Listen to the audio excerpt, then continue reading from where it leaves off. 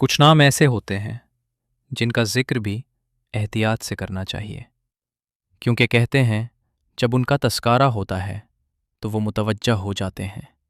और ये वाक़या भी कुछ ऐसा ही है। मैं अपना नाम ज़ाहिर नहीं कर सकता। मैं एक ट्रक ड्राइवर हूँ और खैबर पख्तूनवा के करीब रहता हूँ। ये बात पिछले रमज़ान की 27वीं रात की है, जब हम कराची से कंटेनर लेकर नौशेरा की तरफ जा रहे थे। मैं अपनी गाड़ी में अकेला था। रात गहरी होती गई और हाईवे सुनसान होता गया।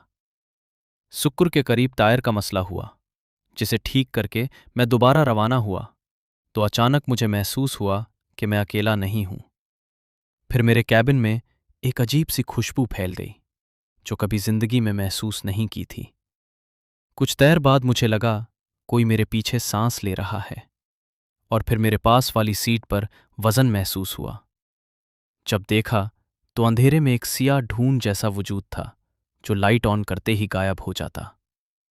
लेकिन फिर एक लम्हे के लिए वो वजूद एक लड़की की शक्ल में बदल गया जो सफ़ेद चादर में लिपटी हुई थी, और उसने अपना नाम युसरा बताया और कहा कि वो जिन्नज़ादी है और मेरी हिफाजत के लिए आई है।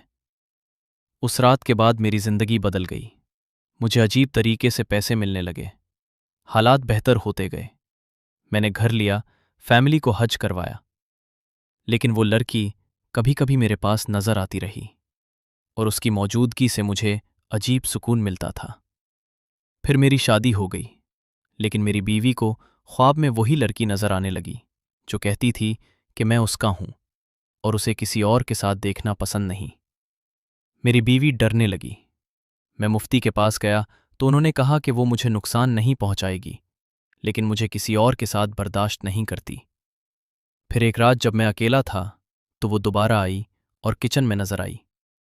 मैंने उसे कहा कि मेरे करीब लोगों को तकलीफ ना दे। उसने वदा किया और कहा कि वो हमेशा मेरे साथ रहना चाहती है। जुमेरात की रात मुझे महसूस हुआ कि कोई मेरे बिस्तार पर मेरे पास आकर लेट गया है, और उसने कहा कि अब वो हमेशा मेरे साथ रहेगी। मैंने एक शर्त पर उसे इजाज़त दी कि वो किसी को नुकसान नहीं पहुंचाएगी। उसके बाद वो सिर्फ मुझे नहीं, मेरी बीवी को भी नजर आने लगी, और धीरे धीरे मेरे घर में ऐसी अजीब और गरीब बातें होने लगी जिनकी कोई समझ नहीं आती थी।